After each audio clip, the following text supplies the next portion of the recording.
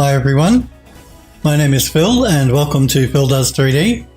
I'm a multimedia and 3D artist and I stream live on Twitch on Mondays and Tuesdays at 5 PM Pacific time in the US, 10 AM in Australia or 1 AM in the UK. Always remember though, if you miss the live streams, you can catch up with the premiere event streams on a Friday and Saturday at 2 PM Pacific time in the US, 7 AM in Australia or 10 PM in the UK. It's good to see all you guys. I hope you had a great weekend. Tamana, Sniper Echo, Smurfery Barbecue, Legmog, hello. Smurfery Barbecue. That emote, wow. I love it. Oh, wow. Oh, we're all doing the emotes here. Sniper's faxed emote. Smurfery Barbecue spooked emote. It's good to see you guys. I hope all you guys and girls had a great weekend. What are we doing? We're going to continue working on our Art Deco building we're making in the Unreal Engine 4.19.2, the latest version. Remember I did update it just before last week's stream, I think it was, when I got back from my cabin in the woods. So far we've set up, I think, about 4 shots, 4 different cameras for the opening, for the very beginning where that main gate is. And we're going to continue doing that. Did you do anything? Did you make something else, Legmog, with your video? I'm just curious. Or is it the same one you showed a few weeks ago? Remember, guys, Legmog's a streamer as well. I'm not sure how often he streams. You can check him out on Twitch. Yes, cinematic. We're making a cinematic. Last week we were setting up our cameras and our main gate here. I think we have 4 cameras set up so far, just focusing on the beginning of the gate here. Now I'm going to be making a lot of cameras for this cinematic, probably more than I'm going to use, but I'm going to render all the footage out because it's real time, it renders out really quickly. And then we'll choose what we want when we bring it into Premiere and start setting it up to the music and adding our sound effects and all that sort of goodness. Again, I want to point out, you can use Sequencer here in Unreal to do your cinematics. You don't have to bring it into a third-party program like Premiere or Sony Vegas or anything like that. Legmog says, well, I'm trying to have Monday be social media day. Okay, that's a good idea. I upload a new vid to my YouTube to try and stay sweet with YouTube's algorithms. Good idea. Yep, no, that's a great idea. YouTube's algorithms are constantly changing. They're always fiddling with them at Google. So uploading regularly does help YouTube to promote your videos more.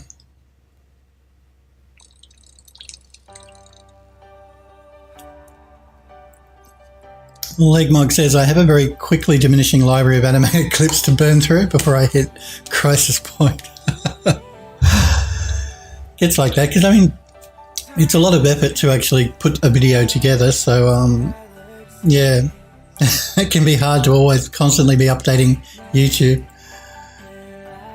Legmog says that then it's a new upload every 3 months. If you can only do one every 3 months, then only do one every 3 months. It takes a while to get any traction on YouTube. It's gotten a lot harder than it ever used to be. Because of all the changes YouTube have made to their algorithms, how they promote channels, all that sort of stuff. So don't get discouraged if it takes a little while for you to get some traction on YouTube, just the way it is now. Twitch is pretty much the same. There's a lot of people streaming on Twitch, a lot of kids streaming from their Xbox or their PS4, so Twitch is inundated with streamers. And if you are doing that, then just chill. It'll take a little while for you to take off on Twitch. It always does. That's life, I guess, isn't it, guys and girls? Yes, so our cinematic. We've created 4 cameras so far, 4 shots, just at the gate section here. What I might do though is I might go through the bookmarks just really quickly again to show anyone watching that's new what we're going to be doing, what we're working on, what our cinematic is. Legmog says, also posted a work in progress of the new environment I'm working on. Cool. Into Discord. All right. Oh, okay. I'll show that in 2 seconds, Legmog. I just want to go through the cameras for people that may be new to the channel to find out what our cinematic is going to look like. So if I jump into this viewport, I really wish it wouldn't select something when I don't want it to. We go full screen here. This is the interior of our building. Now, I did do a final lighting build a few weeks ago, just after I got back from my break. So we are at final lighting quality here now inside of our building. We're not going to get to the building for a little while. We're starting at the very other end of the environment at the main gate. But I just thought it might be cool to show you guys our environment inside the building.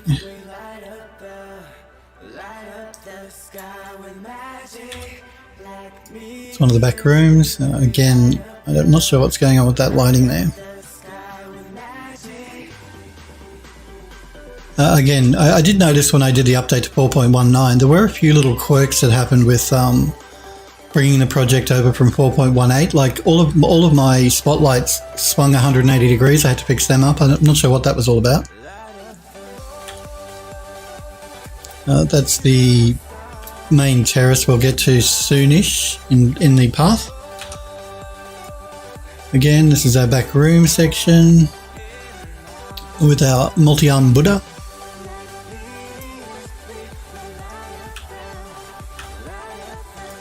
Main dining room.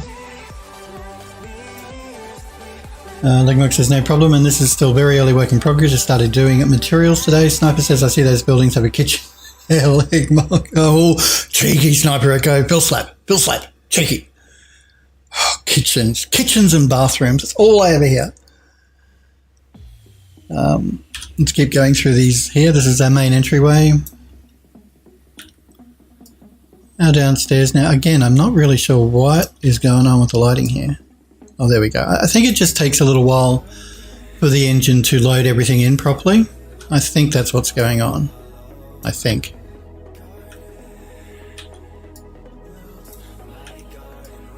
We'll find out soon enough when we come to set the cameras up inside the building.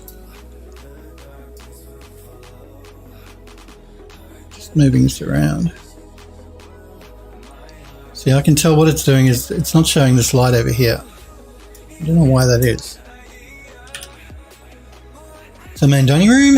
Oh, that reminds me, Legmog says. What does that remind you of? Abuse. That's our main dining room. Again, I just set up a couple of more reflection captures just around things like the lights and the glassware, just to make those stand out a little bit better.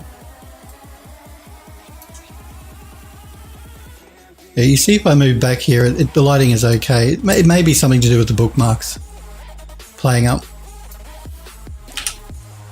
And then we're back at our main gate.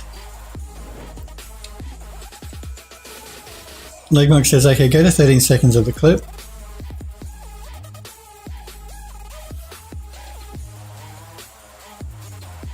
Is Legmog trolling me? Are you trolling me, Legmog? Are you being a troll? You clipping stuff or something? What's going on? What's going on?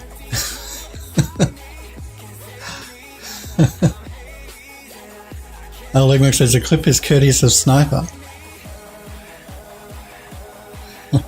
Anyway, let's check these images out that Legmog is talking about. I'm just going to copy this link from Discord. Now remember guys, if you're not a Twitch sub, don't post links in Twitch chat. Sniper Echo or Nightbot will time you out or ban you. Only subs can post links in Twitch chat, but everybody can post links on the Phil Does 3D Discord server. So just type !Discord in Twitch chat, or click that link I've just popped into Twitch chat, and join the Phil Does 3D Discord. Everybody is welcome to show their work in the gallery section there, or just generally chat away in general chat. A good group of guys and girls, Phildos on the Phil Does 3D Discord server, so if you want to post a link and show your work, do it on Discord if you're not a sub. Ban? Sorry, that's ban? Anyway, let me open up my browser here and drag it over because it's on my second monitor. Again, if you're new to my channel, you don't know who I am and what I'm about, you can go to phildoes3d.com and you can find out more about me here. Also, if you are a sub or want a sub, you can find out what subscribers get by going to the sub perks page. And that'll give you a rundown of everything you get as a sub. But we are here to look at Legmog stuff, so...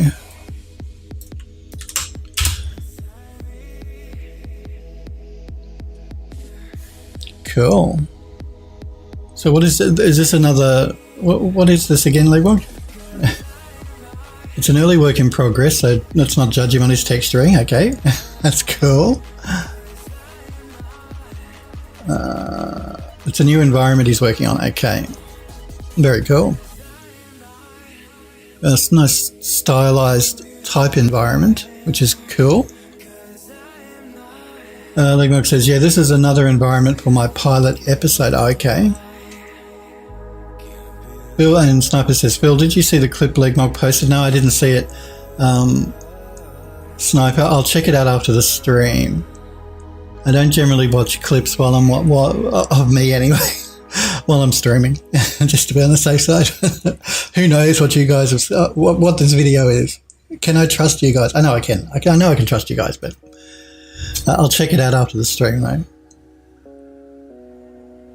Legmog says, please watch the clip. Oh, should I risk it? If Sniper says it's okay, then I'll watch it. Is it safe to watch, Sniper Echo? You're my mod, you tell me. Is it something I want to stream on my channel? I don't trust you, Legmog. I want Sniper Echo to tell me it's safe to watch. It's good, okay. Just play from about 13-second mark. I can play it or whatever. Hang on.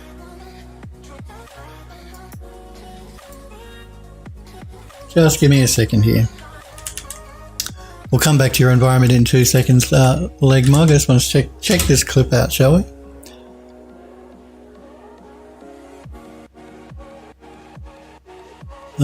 So what is this? Cinema 4D character animation turbulence.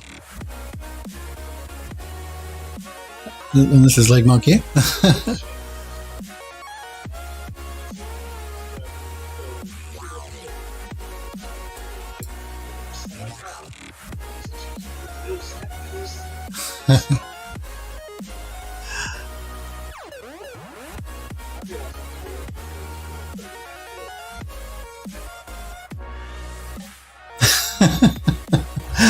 He is cheeky, and he does deserve pill slaps, and so do all of you if you're cheeky to me.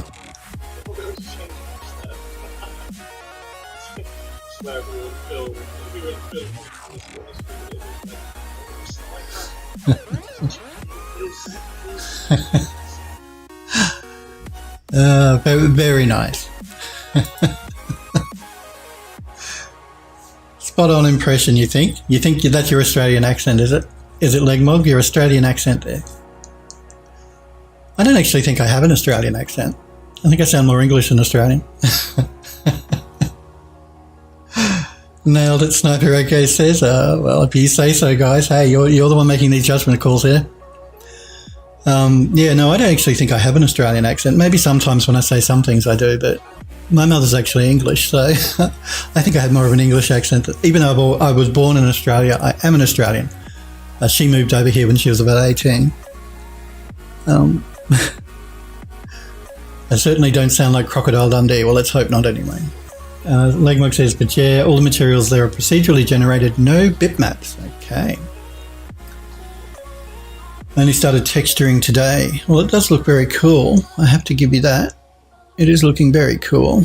I'm not going to play with the scaling here, because last time I did that here in Microsoft Edge, it messed up my capture card. It scaled everything up on my stream. So I won't risk it today, but it does look very cool. I like the detail you've got going on in the buildings.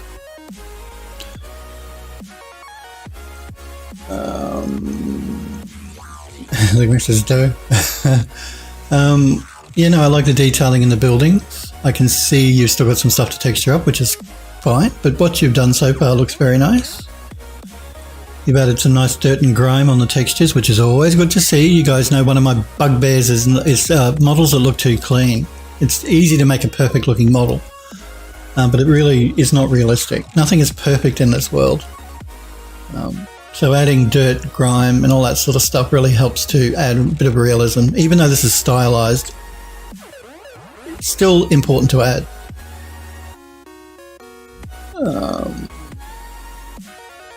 When I talk about realism, actually, let's just go off topic for 2 seconds. Sniper says, yeah, love your work, Legmog. It's great to watch them being made. Legmog says, yeah, wanted the environment to be both kind of squalid and grimy, but also colourful at the same time. Yeah, let's go. Do you remember there was a show ages ago? You guys probably didn't watch it and I didn't watch it a lot either. It was called The Golden Girls. It was about 4, I think, ladies, mature age ladies who lived together in Florida, I think it was. And if you look at their house or their unit or whatever they were living in, it's immaculate, like immaculate, perfectly clean, everything in its place. I mean, that's not realistic. But no one lives like that. At least I don't, and none of my friends do. So anytime you make anything too perfect, it just comes across as being fake and false. And Legmog has not done that. He's added some dirt and grime, as he says, but he wants to keep it colourful, which is cool. I can see that with the green and the yellow and the orange. So is this going to be like a neighbourhood within that city, Legmog, or is this like a part of an environment separate to that city that you showed your your intro video on? But it does look very cool. Very cool. And again, Legmog uses Cinema 4D. I don't have a preference. I do have a preference, basically. I use Max, but that's because I've always used 3D Studio Max. But as far as 3D programs go, they're all equally good. So I don't say that one is better than the other. They're all incredibly capable now, whether it's Blender, Cinema 4D, Max, Maya, whatever. Legmog says, well, I'll take parts of my master city scene and make a kind of 3D matte painting of parts of it to be seen in the background. Cool. That sounds like a good plan. Yeah, so you were talking about starting up a Kickstarter. Have you done that yet, Legmog? Or are you waiting to get a few more bits and pieces put together before you set up a Kickstarter? Because a Kickstarter is a good idea. It's making sure nothing is muted, my music is playing, everything is good. Getty, thank you for the follow. I do appreciate it when you follow my channel. So thank you, Getty, for following Phil Does 3D. Yeah, so tell me what you guys want to see. We've set up 4 cameras, so 4 shots at the moment, mainly around the beginning of the gate here.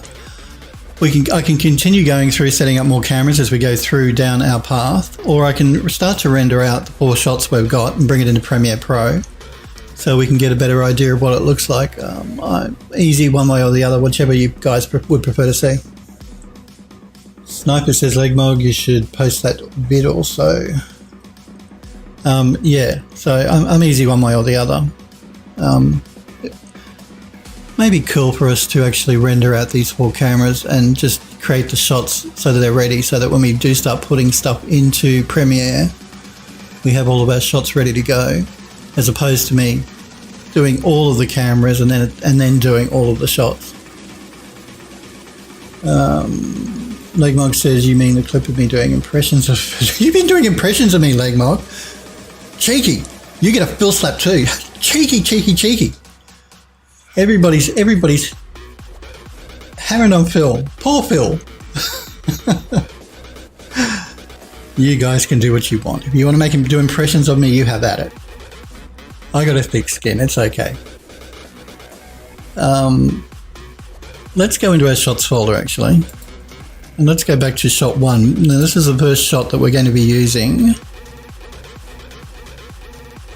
When I say shot 1, shot 2, shot 3, shot 4, I'm not sure if I'm not probably going to keep them in the order that they're here in sequence. So when we bring it into Premiere, I'm probably going to mix it up a little bit. It'll depend on the music and the mood that I want to go for and that type of thing.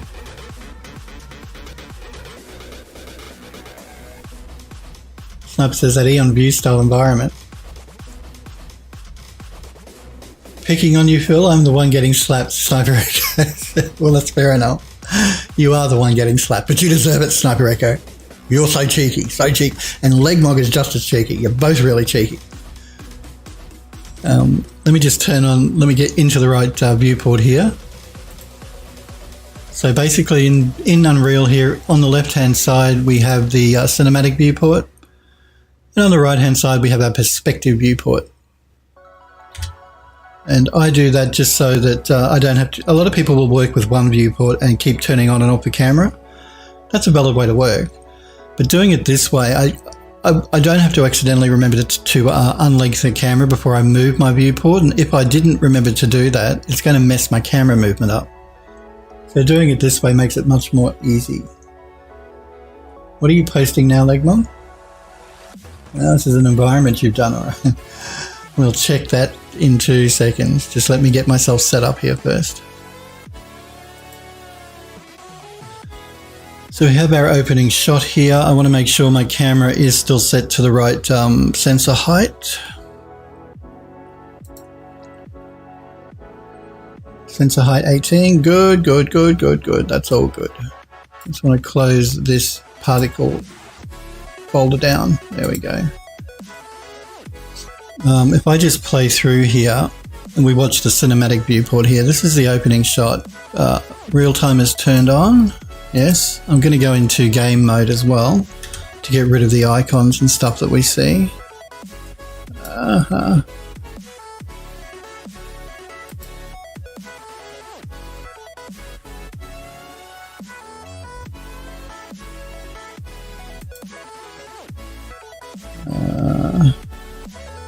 Give me a sec, guys.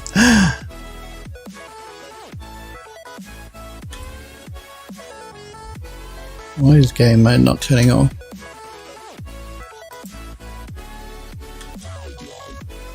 Game mode is turning off there. Okay, there we go. I'm just going to play through this scene here just briefly. We have our eagle flying in, squawking, and taking off and flying over the top of our gate. As I said to you guys, what I'll probably end up doing here is when the eagle reaches the top of the gate, I'll take this footage into Premiere and see if I can't do some sort of particle effect so the eagle disintegrates as it moves over the top of the gate. That's mainly so that we can tell that when you enter the gate here, you enter the hollow, so there's no going back. We'll see how we go.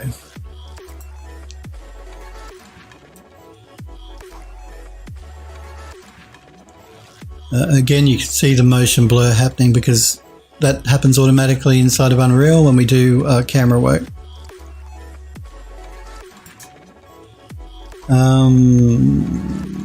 Post another video on Discord. Posting videos galore here, Legmob. Okay, let's have a look at this one.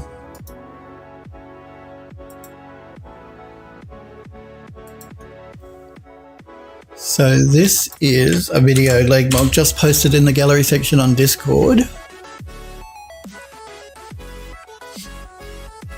And this looks like an environment from the image I can see there. Bright Spark Pilot episode environment.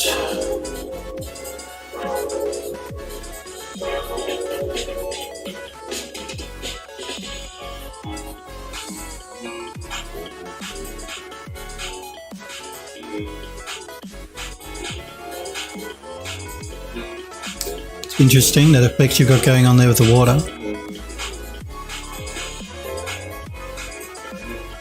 You're a machine, Legmog, knocking all these out.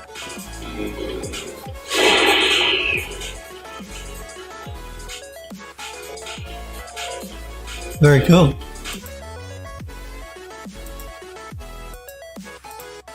Let me cast my eye over your environment.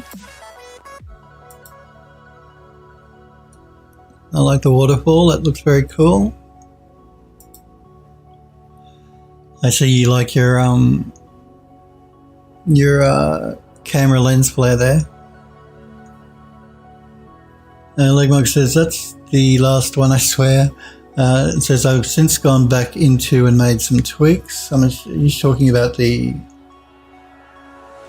J.J. Abrams style. I see you've got your lens flare going on here. Be careful with lens flare. It was really overused in the 80s. Like everybody that made a video shoved lens flare on everything. Lens flare can look really cool. In this case, I'm assuming it's coming from the sun, so that's okay. But just don't overuse lens flare. It can get really tiring really quickly. There are some people that love to shove it on everything. It has its place, but only use it where it should be. Don't sort of stick it in there because it's a cool effect. It diminishes the impact if you overuse it. Yeah, well, I was curious of that as well. What is that line in the water, Legmog? It looks like water's falling down into... Is this like supposed to be a different level of the bay or whatever this is? Or is there sort of like a trench down there or something? I'm curious myself.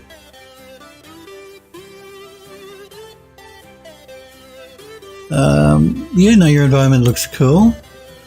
Your texturing work is nice. It's a nice stylized environment again.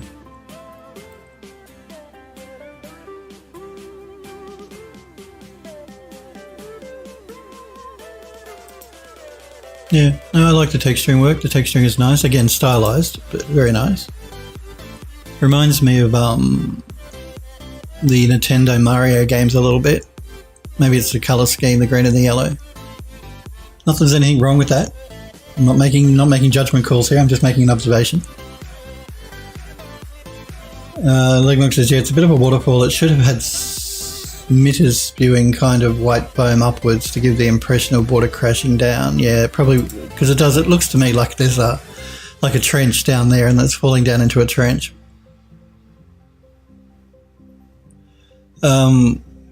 Again, it depends, I guess, whether this side of the bay is sort of has an exit point, but generally you're not going to get a bay like that. You're not going to get a waterfall like that.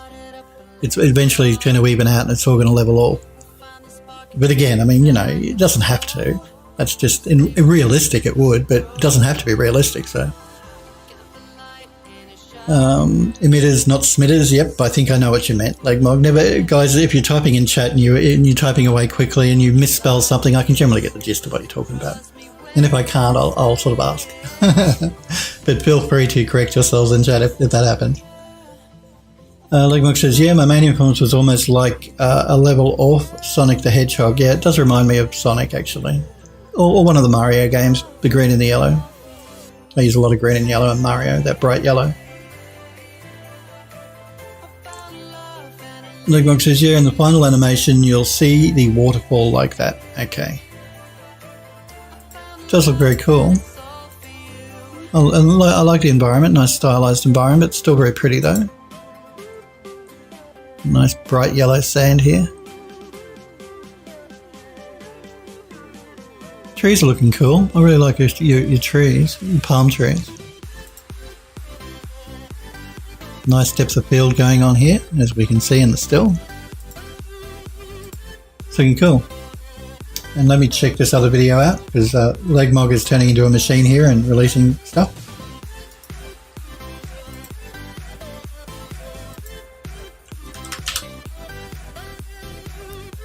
What are we looking at here?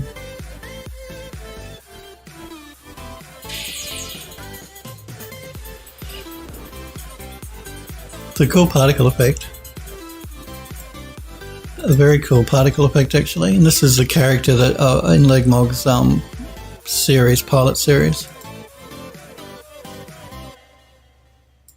Yeah, I do like the particle effect very much. What are you using in Cinema? Are you using Cinema 4D for this, Legmog, or are you doing it in After Effects? How are you doing your particle effect?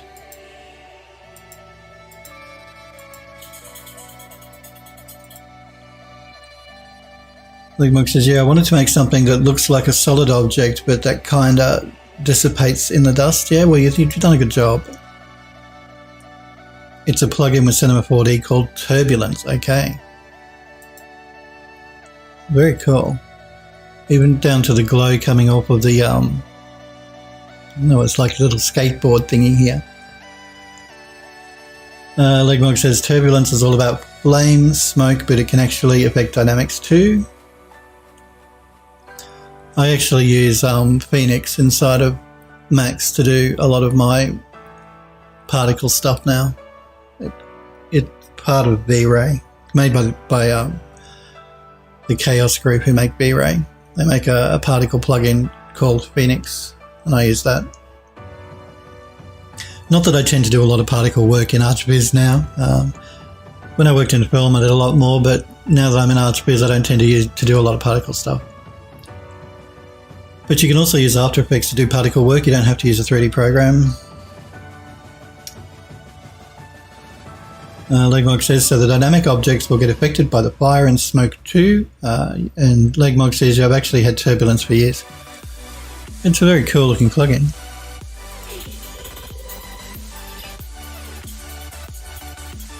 Looks cool.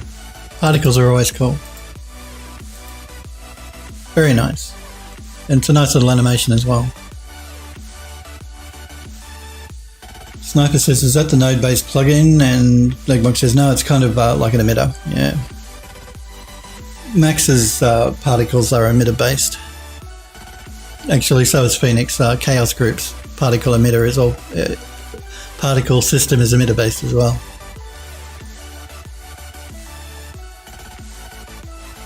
Legmog says, with turbulence, you set a piece of 3D geometry to emit either smoke or fire from it. The same in Max, actually. It sounds very similar to Max's, the way Max particles work. All based on emitters and influences and all that type of thing to actually gravity, all that sort of stuff, wind direction. You actually place influences inside the scene in 3D space to actually get it to move the way you want it to. It's very cool. Very cool. And thank you for showing it, Legmog. Yeah, no, it does. It looks really cool. Sniper says, I see UE4 are moving over to a node-based particle system. Ah, that's cool. I didn't know that, Sniper. Not that there's anything wrong with the particle system as it is in Unreal at the moment, but node-based stuff is the way everything is going now. It's the new hot thing in art. Everything is node-based. Legmog says, but say if you have a stack of dynamic cubes, if you make it so big that... If you make it so a big thick piece of smoke blasts into it with force, the smoke could actually knock the cubes over. Cool. It'll be interesting to see though what Epic Games do with their particle system. They've updated everything else in the engine, but I've noticed that the particle editor is pretty much the same as it always was when I was using UDK. So it could probably do with an overhaul. Good to see that Epic are looking into it, which doesn't surprise me. They do bits and pieces of the engine at a time, update them gradually, which is the best way to go, I guess. They've only got so many people that can work on something, so it makes sense for them to work on one thing, get that done, and then move on to the next. Sniper says Blender is not as powerful. Again, I'm not a Blender user, but Blender is a very capable 3D program. I don't know about particles though.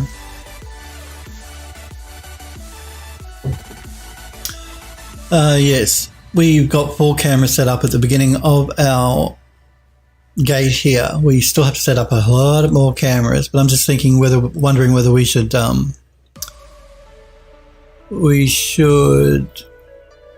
export out these stills for these 4 cameras and get those shots sort of not set up, but rendered into a video in Premiere so that we can move on. Sniper says, yeah, I sort of like the emitter-based system for quick systems. A node-based will add a learning overhead. Yeah. Well, this is the first time I've used Sequencer, and you guys remember last week I was wondering why my cameras weren't staying attached to my camera rigs, and it was because it was user error, not a problem with the software. It was just that I hadn't added those rigs to the Sequencer in the right order. So I'm still coming to terms with Sequencer because I'm used to using Matinee, which is what Sequencer is replacing in UE4. So... But the more we use it, the more accustomed to it we'll get, I'm sure. But I think that the particle system in UE4 does need updating because, like I said, it hasn't changed since UDK days, so it's quite old. Still very functional, but could do with an upgrade and improvement. node-based will be very cool. But anything node-based, as Sniper has just said, is going to require a lot of steep learning curve, because it always does. I mean, I know when Autodesk replaced the material editor with a node-based editor for materials, people were not happy because they were used to the old way of doing things. But the node-based way is so much better. It really is. And of course, Eon View has always been node-based as well when you're setting up stuff in Eon View, which we will get to again when we finish this project. We're going to jump back into View and do some renders and stuff. I actually updated my version of Eon View to the new version the other day, so I'm working with 2016 revision 5 of Eon View, which is the latest version they released about a month ago. It's very cool. I've set up the viewports now to sort of look more like my Mac's viewports in the way that they're organised, just so everything stays nice and consistent for me. And in the new version of View, they've added a lot of options for you to copy the interface and shortcuts from other 3D software, which was always a real problem I had with View. It was the fact that it had its own sort of shortcut keys, and I don't like that. Now you can actually load up, say, 3D Studio Max, and it'll copy the sort of shortcuts you use in Max, which is very cool. Not just Max, a lot of 3D software, they've built that into it now. That was what was added with revision 5. So that's cool. We'll get into that though when we get into the next project and we have to start doing some beauty renders. Let's just check this again now. So we have our first camera is the Eagle.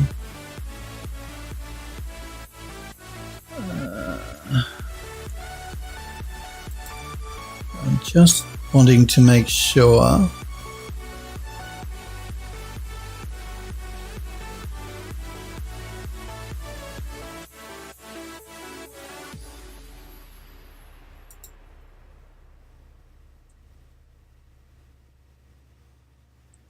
I'm just checking my settings here in the camera viewport.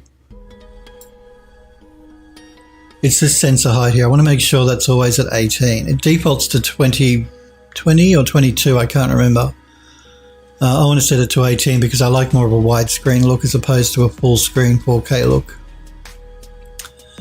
That's good though. Let's have a look at what we got here. Let's have a look at our render sequence here. Now I'm going to be rendering out at 4K, but like I said to you guys, the engine is going to be rendering an 8K image. It is then going to shrink that down to 4K and save that 4K image onto my hard drive.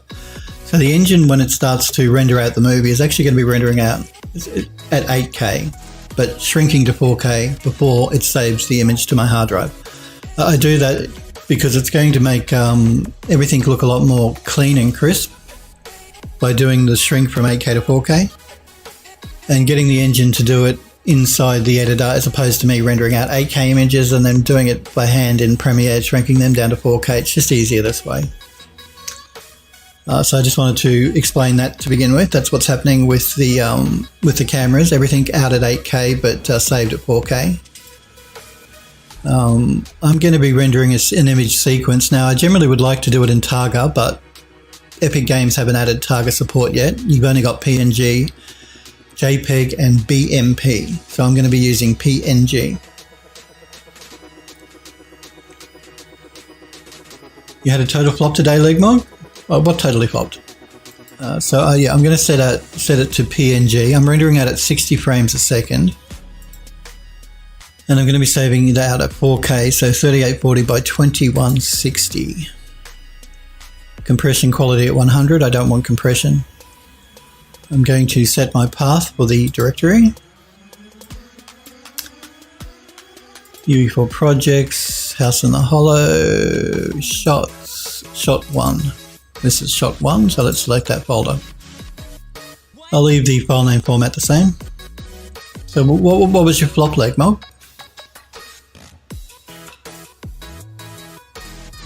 We'll get it to write its edit decision list.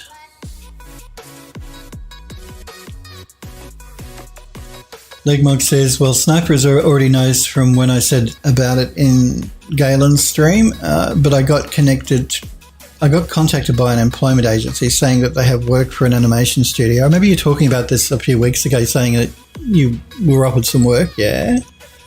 Well, it's always nice to be offered work. Okay, continue, Legmog, continue. Cinematic edge and scalability is turned on. Cinematic mode is turned on. We're going to keep these turned off because the player is not moving. We've just got a camera.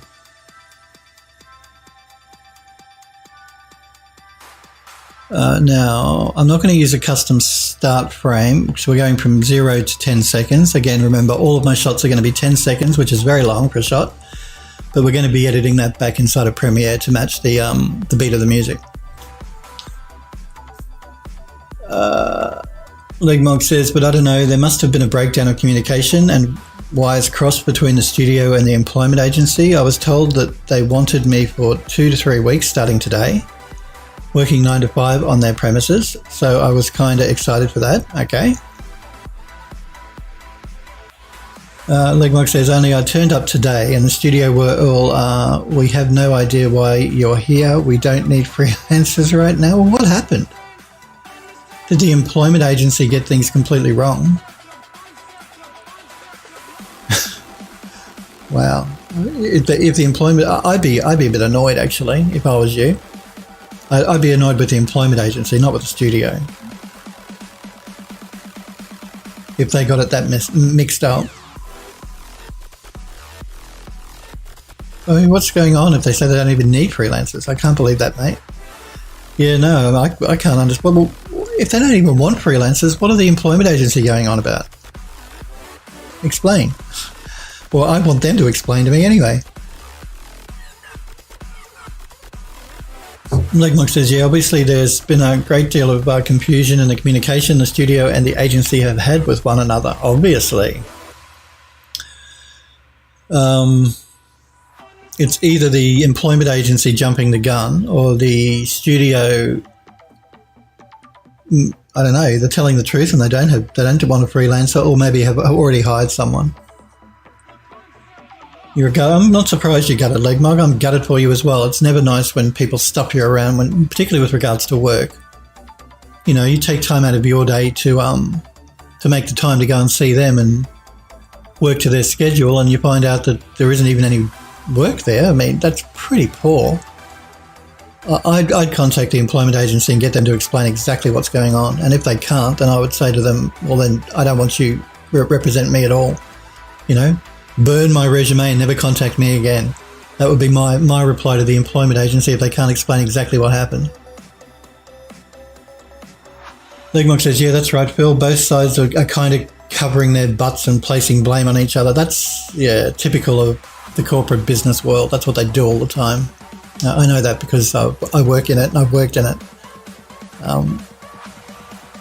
My guess would either be that the studio did have a job, they contacted the agency, who then contacted you, but either the studio have decided to employ on their own and bring somebody else in and they've filled the position. That's probably what's happened, I'd say.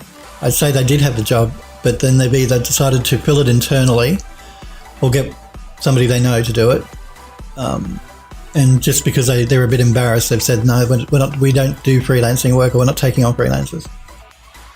But it could just as easily be the employment agency thinking maybe they've placed people with that studio before. They've contacted them and said, oh, you know, how's things going? Do you need any people or anything like that? And the studio have said, oh, we may have a project coming up, and maybe the employment agency have jumped the gun and then contacted you saying, you know, there's a job here. That could be possible as well. Legmog says, I doubt I'll ever truly know where the fault lies. Very true. I turned up like an hour and a half early to beat the rush hour, so just stood around and twiddled my thumbs for an hour and a half. Oh, wow. Oh, Legmog, I feel for you. So you waited an hour and a half doing nothing just so that they could tell you that they don't have a job for you. Just great. Just great. I would not be a happy boy, a happy chappy if that happened. Not at all.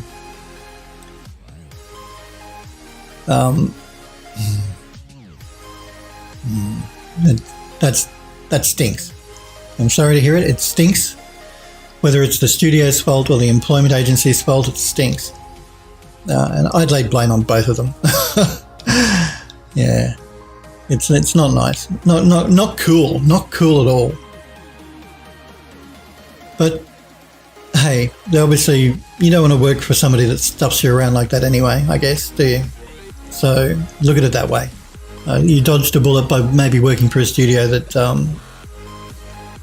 maybe don't consider their staff that important, perhaps. I don't want to make a generalisation like that. That's not fair to the studio, but I would be thinking long and hard if I was stuffed around like that, if I wanted to work for a studio, that studio anyway. Because this is not, these are people's livelihoods you're talking about. If you're offering people work, they rely on work to live. And you never ever want to be stuffed around when it comes to getting a job. It's happened to me once with a studio who stuffed me around, and it took forever to get back to me, and then kept saying, oh, we're still deciding, and then got me back in for a second interview, and in the end that didn't work out either. So it's happened with one studio with me as well, so you're not alone. It happens to the best of us and to all of us at some stage or another.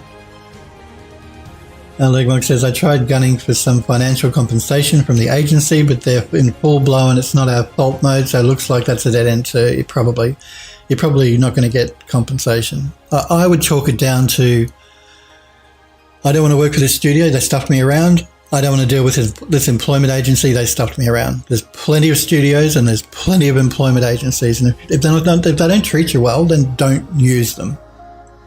That's what I live by anyway. I can be very accommodating. I can understand that things change and circumstances change, all that sort of stuff. That's fair enough, as long as you communicate that.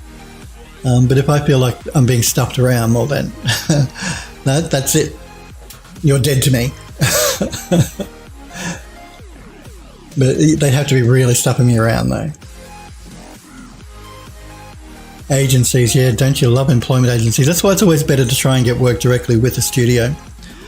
A lot of people don't realise that when studios go to agencies, they do it as a last resort, because the agency then takes a percentage of the salary of the person that they place for the studio. So it ends up costing the studio more, because not only do they have to pay you as a new employee, they've got to pay a percentage to the employment agency that found you and for them to hire you. So studios are always going to prefer to actually hire themselves as opposed to going through an agency for that reason. Which is why I always recommend to you guys looking for work that you contact the studios directly via email. On every web page of every studio, there will be a contact email, whether it's for admin or just a general contact. Use that if you can't find one that's directed maybe at one of the directors. If you want to email one of the directors directly, that's a good way to go. But do that sort of cold calling, emailing, because studios, like I said, if they don't have a position then and there, will keep you on file, because when they do have a need, they don't want to have to go through an agency to get someone because of the fact they have to pay them. So they're always going to prefer to sort of like dip into their stored folder of people that want work and get one of them. It's not always, not always the case, and I'm not saying using an agency is bad. But whenever I can, I try and avoid using an employment agency, simply because, usually more trouble than it's worth. Studios, like I said, will prefer to hire directly as opposed to going through an agency. They only ever go through an agency if they can't find someone and they're desperate, like there's a deadline happening. And there's no one on their books that's available and they really need someone, then they'll go to an agency. Phil Slap. Sniper says, agencies, Phil Slap. Legmonk says, yeah, my point of contact at the agency was profusely apologising. I'm sure they were apologising. It is a learning curve, Legmog, that is very true. But the same goes if you are looking for work and you're not hearing back from people or whatever. Don't ever get discouraged with that either, because there are some studios that are just not going to get back to you, and some agencies probably won't either. That's just the way looking for work goes these days, regardless of what field you work in. I'm afraid it stinks, it sucks, but what can you do? And as I've said all along, the good studios won't do that to you. They won't stuff you around. They won't say there's work when there's not. There's good and bad studios in every country in the world. Just like there's good and bad businesses in every field in the world, whether it's not, it doesn't have to be design or art, anything. You're going to get good and bad. Just like you do get good and bad people on Twitch, I guess. But never be discouraged. That was my point. I know it can be deflating and frustrating and upsetting when you're looking for work and you can't find a job. Just keep plugging away. Eventually you will. Legmug says, I'd contacted the other companies I normally do work for and was all, hey, I'm not going to be available for work for the next 3 weeks. Oh, wow. We'll have to re-contact them and be all, oops, false alarm, I'm free again. Well, do contact them and tell them you're free again. That stinks even more, the fact that you may have missed out on work because of this. I sympathise. I'm sorry, Legmog, that they stuffed you around like that. And like I said, I would think long and hard about using that agency or working for that studio in the future because of what they've done. I just always keep that in the back of my mind. I wouldn't say don't do any work for them. I would just always keep that in the back of my mind. And if there was more work available at that studio or through that agency, maybe with another studio, I'd contact them and make damn sure that there was an actual job there because of what's happened. Yeah, but that goes for people looking for work. Never be discouraged. It's easy for me to say. It's always easy to say and hard to live by when you're in the middle of the situation. But there's no point getting upset about stuff you've got no control over. Like, don't cry over spilt milk. That saying, you've got no control over these things. Getting upset about it does nothing but make you upset, and it achieves nothing. So always try and look on the bright side and don't take things personally. Actually, that's another point.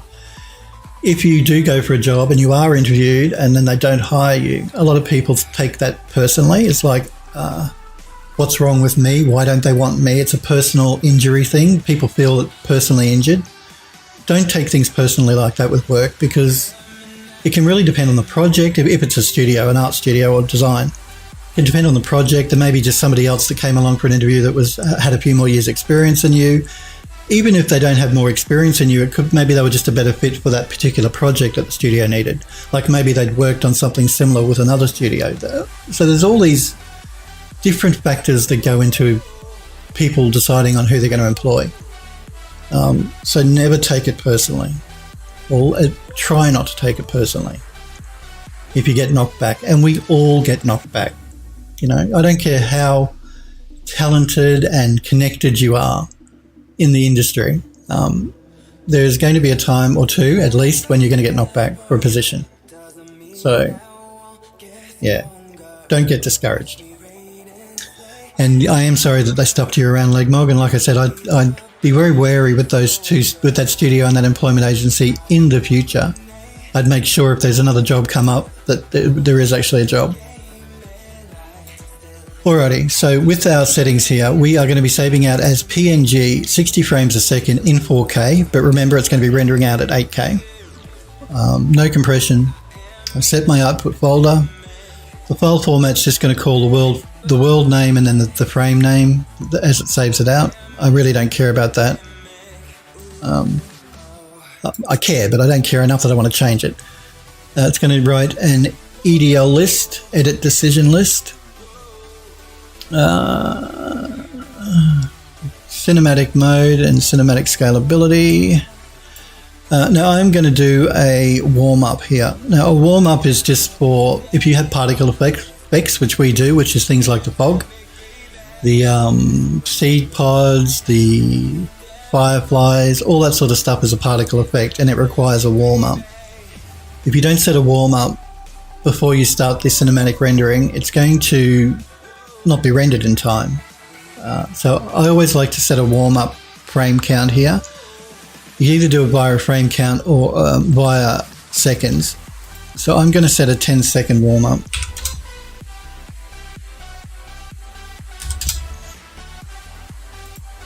That'll just ensure that all of my particles are fully rendered and moving and ready before the engine starts to save the images out. Okay. Okay.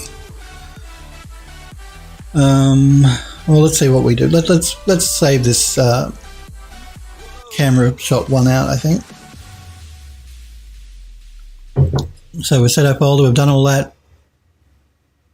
Saving out as PNG, just double check everything. Yeah, let's capture moving.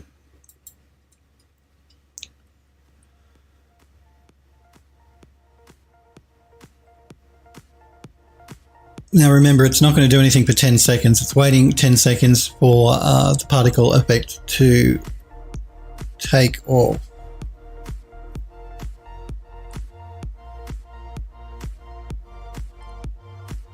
And it's rendering at 8K. Remember that. So these are not just 4K images now, it's actually rendering. The engine is rendering out at 8K.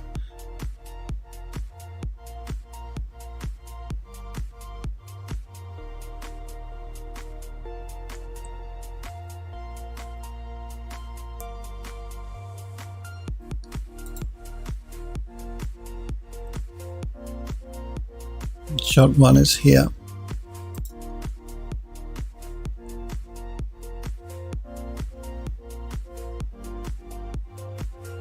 I'm just trying to work out what it's actually doing.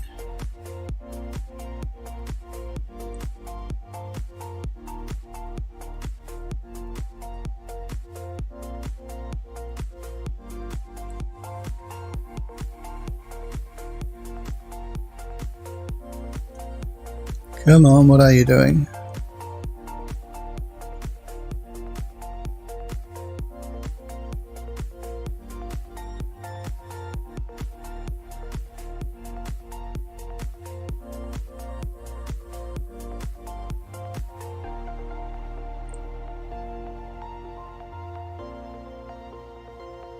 There we go. It's just going to start now going through the frames. Remember, we're doing 60 frames a second as well. The reason we're doing 60 frames per second is because that will allow me to do some really cool slow motion effects inside of Adobe Premiere. Even though the final movie will be 4K 30 frames per second, we are rendering out at 60 frames per second. Having those extra frames will allow us to do this cool slow motion stuff and make it look nice and smooth. We need the extra frame information. So for every 1 second of video footage, it's 60 frames, and we're doing 10 seconds of the shot. So it's 600 frames. And we're rendering at 8K. Remember, 8K. So this image we're seeing here is 4K, but it's the engine is actually in the background rendering the image at 8K and then shrinking it down before it saves it out.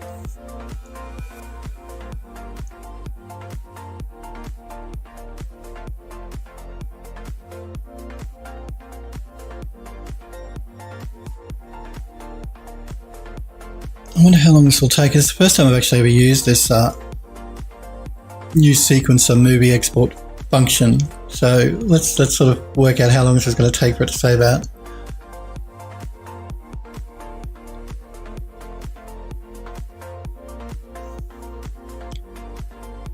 Again, 10-second shots, even though 10 seconds is incredibly long for one camera shot. We're not going to probably use the full 10 seconds inside of the actual final movie cinematic. But doing a 10-second shot gives me a lot of play as to how I want to cut it back to fit the music track. So I'd rather have more than less. If it's less, then it's harder for me to actually put the cinematic together in time to music. So a long 10-second shot gives me plenty of time to actually do the cuts. Sniper says, how do you set up the 8K to 4K conversion? Well, I'll talk about that once it's finished rendering out. That was what I was talking about inside of the post-process volume. Under the render settings, right at the very bottom of the render settings, there's a little button called miscellaneous, MISC. That is where you set it to render out at a higher resolution than you're going to be saving out at. So I've set that to 200%. So what that tells the engine, I want to save out at 4K, but I want you to render at twice that. So 200% of that, which is 8K. And it's a setting in the post-process volume, which is why it's always good to set up as post-process volume in your level. A lot of people don't tend to use them. They should, because it's really, really helpful and useful.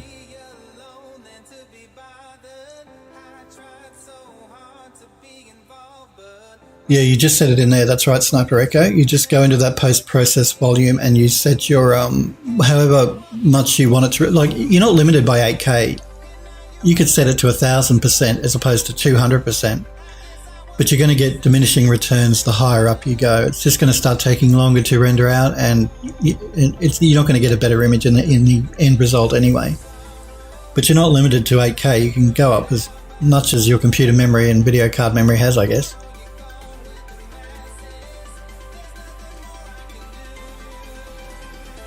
And you don't have to use it, but it is really cool to do it this way because, like I said, you're going to get a nice, crisp, clean looking image that's saved out by getting the engine to do the scaling. You could do it yourself by hand, like you could save out at 8K and then in your video program scale it back to 4K, but that's an extra step. Why do it manually when you can get the engine to do it for you automatically?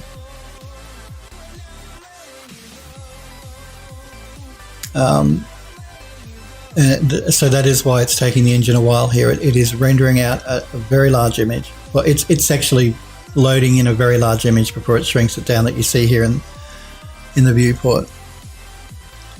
And it's 60 frames a second. Also remember that. Like if you were just creating a normal cinematic, you could probably get away with 24 frames per second because that's what film uses. They use 24 frames per second. So you could just do 24 frames a second if you don't want to do any sort of slow motion stuff. That'll speed things up quite a bit as well. That's okay. We can sit here and wait for it. Gives me a chance to chat to you guys anyway, and you guys know I'm a real motor mouth chatterbox, so.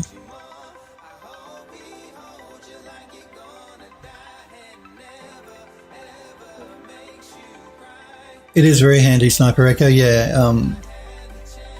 It's handy in that it's an automatic process and you're not limited to 8K. Like I said, you could go up to however much you want, so long. It's just really only limited by the amount of memory in the PC and on the video card. I wouldn't probably go over 8K though. I think 8K is probably bigger enough for a 4K movie. Maybe if you're wanting to create an 8K movie, you'd go 16K, still go 200%. Which would make it 16K if you were doing 8K movie, but why do an 8K movie? There's so very few things that can play back an 8K movie. Like so few screens or TVs that are 8K. It's really not worth it. 4K for this time period is quite enough, I think.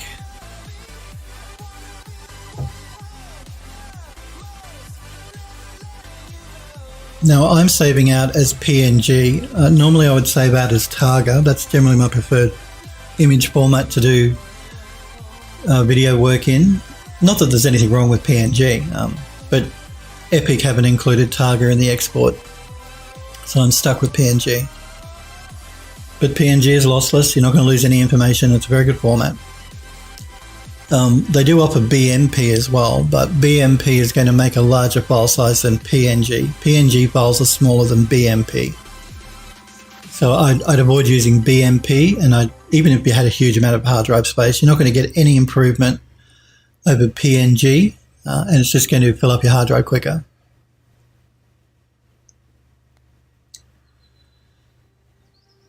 But again, remember, you don't have to save out as an image sequence. You can save out directly as an MP4 or an AVI file from the Movie Maker here in UE4. But it's not the best way to go. It's always better if you save out images and then composite them in a 3D in a program like Premiere or Sony Vegas or something like that. It's the way most studios work. They don't generally save directly out to a movie format. No problem, Sniper. You grab your copy. I've got mine right here. You're not going to be missing anything. We're just waiting to keep rendering out its sequences here.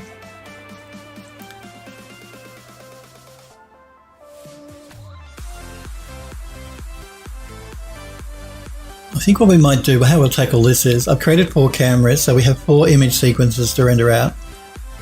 What we might do for the project is we will create our cameras one stream and render them on the next stream. That might be a good way to go. Simply because it takes a while for it to render out here and I'm not doing anything while it's doing it. But it gives me a chance to talk to you guys. That's the important thing.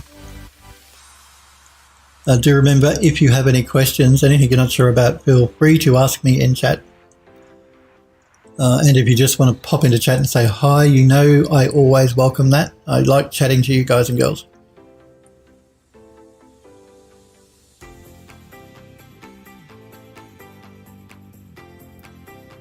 Gives me a chance to have a bit of a break and enjoy my coffee.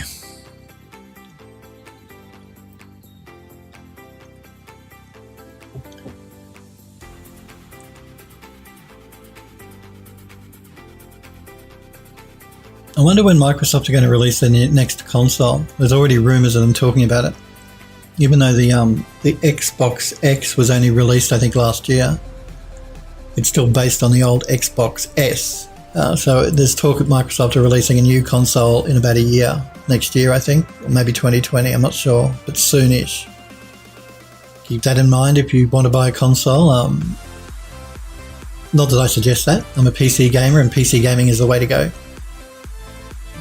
But if you are going to buy a console, do keep in mind that there's probably going to be something new coming out soonish.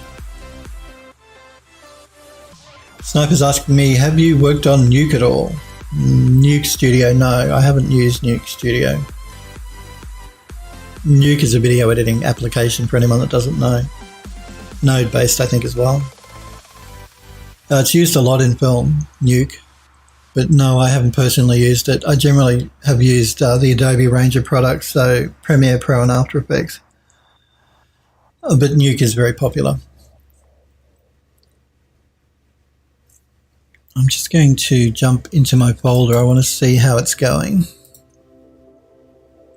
It's slowly getting there. You can see it is very slow though.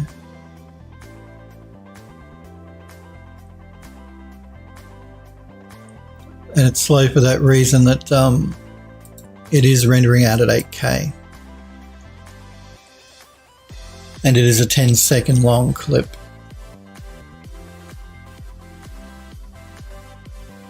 Sniper says, yeah, I got to use it last week. Man, it's powerful. It is powerful. It's very powerful. It can be a bit intimidating too to use if you're not used to it, if you're not used to that node workflow. But it's incredibly powerful. Yeah. Which is why a lot of studios do use it.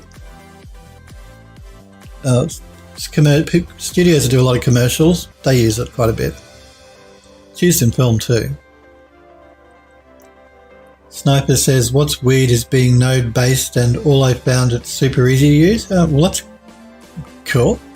Node-based systems are easier to use when you get used to them. If you're not used to a node-based system, though, it can be a bit intimidating.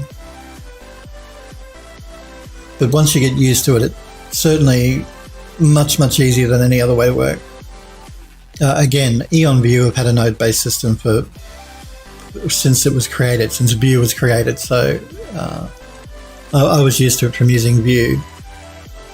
And now Macs have it as well for the material editor. It is a good way to go, a good way to work. But some people can get intimidated because it can be intimidating, particularly when you start using math functions and stuff inside of the node. People get put off by that sort of thing, which they shouldn't be. It's like anything, you know, the more you use it, the better you'll get at it. It's just getting over that initial, I don't know, fright of seeing a node-based system and math functions in a node. Unreal uses nodes, of course, so. Sniper says, yeah, I guess coming from Blender and their node-based compositor, I guess it wasn't so bad. Yeah, well, that's true. If you've used a node-based system before, it's not going to terrify you. People that haven't used nodes, though, it can be a bit frightening for them. But you better get used to it, guys and girls, because node-based systems are not going away. That's the way everything is now. And again, it's initially, I think people get put off because of all the fact that you can do a lot of math functions in a node. And to get the best use out of nodes, you do have to use maths. And just getting used to doing it that way. Like I said, I know a lot of people when Max moved from the normal material editor to the node-based material editor. I remember people bitching about it, saying how terrible it was, and you can still use the original. Like Max, Autodesk never got rid of the original material editor, so if you really hate nodes, you don't have to use them. They gave you the option to use one or the other, but once you switch to using node-based, it's so much better in everything. So it didn't freak me out when Max made that change because, like I said, I was used to using Vue, and Eon Vue has always been node-based ever since it was version 5 or whatever, way back. So yeah, I got used to using nodes through that program, and so everything else is pretty much not a problem because they're all pretty much the same. Node-based is node-based is node-based. Now, Eagle is finally starting to make an appearance in the corner here. Finally starting to fly in. I do have a sound effect for our Eagle when he opens his beak and makes his squawk.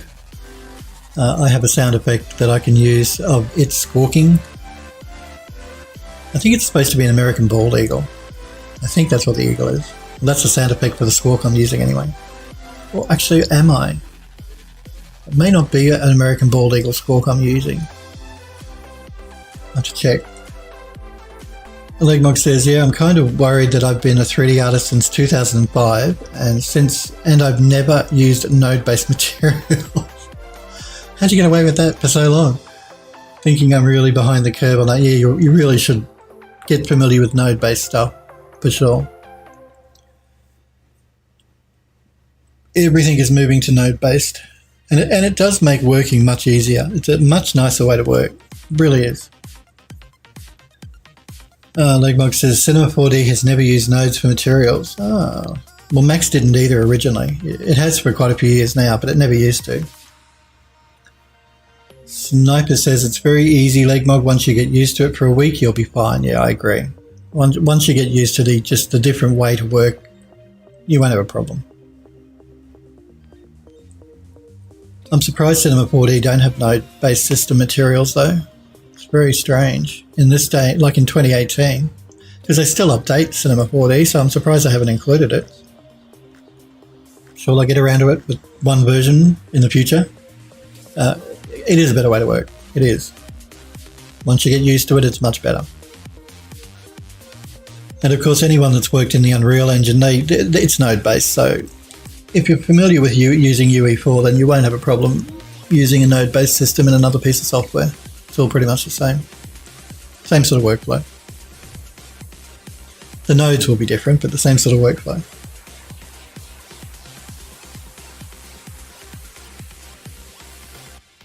Yeah, Sniper Echo just said you'll quickly realise that you have a lot more control. Yep, that's exactly right.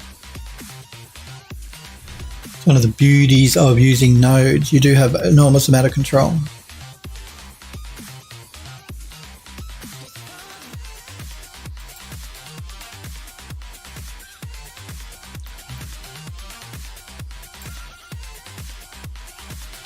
We're getting there, guys, we're getting there. The Eagle's just landed, so that's good. He's now sitting on his little perch here.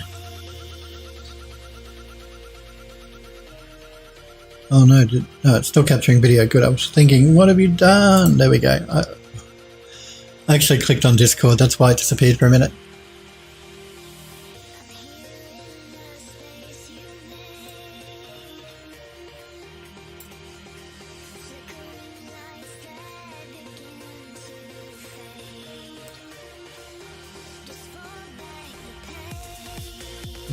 Gives you guys a chance to listen to some music in the background when I don't talk, which is very rare.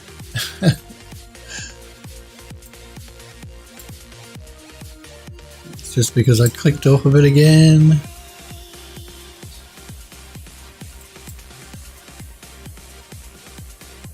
Come on. It's still rendering, it's just I've clicked off the viewport.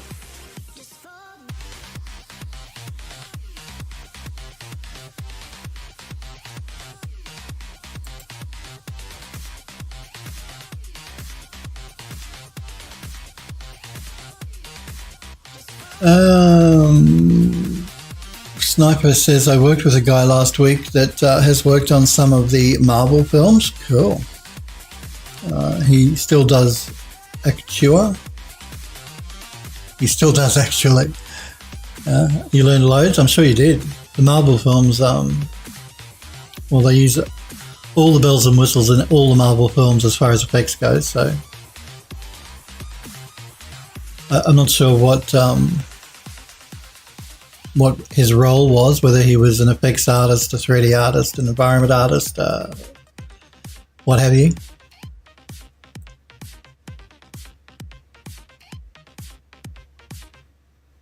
It's always cool to talk to those guys and girls that work on those sort of films. You pick up a lot of tips and tricks from them. Software's always changing too, so tips and tricks are always changing in those industries. The more people you can talk to, the more tips and tricks you'll get. And it's all about the tips and tricks, guys and girls. Those tips and tricks. There's a lot of illusion goes on in the movie industry as far as creating visuals go, and it's learning how to do those illusions. Sniper says it's crazy the VFX they use. He's a VFX guy, yeah, visual effects. It is crazy. Well, I mean, the visual, as consumers now, when we watch movies, we're so attuned to visual effects, and when something doesn't look right, you pick it up immediately because we've become trained now to look at visual effects, the general population, that is. So if you don't do it well, people will notice. You've only got to look at some of those really bad B-grade sci-fi movies, like I know that cable television, Sci-Fi Channel, they play a lot of bad B-grade sci-fi movies and stuff. You've only got to look at the effects in those to just see how bad some effects can look if they're not done properly. You know, things like holes opening up in the ground or volcanoes exploding or that sort of thing. If the visual effects company don't know what they're doing, you can spot it pretty much immediately. Because we're all trained, like I said, to look at good quality visual effects when we watch movies. So, and the industry is always changing because the software is always changing, being improved upon. It's like that, and no matter what the field you work in, not just visual effects, 3D in general is always changing. Animation is changing a lot. So everything's always changing. Always new stuff to learn. Oh, the joys of working in the digital age.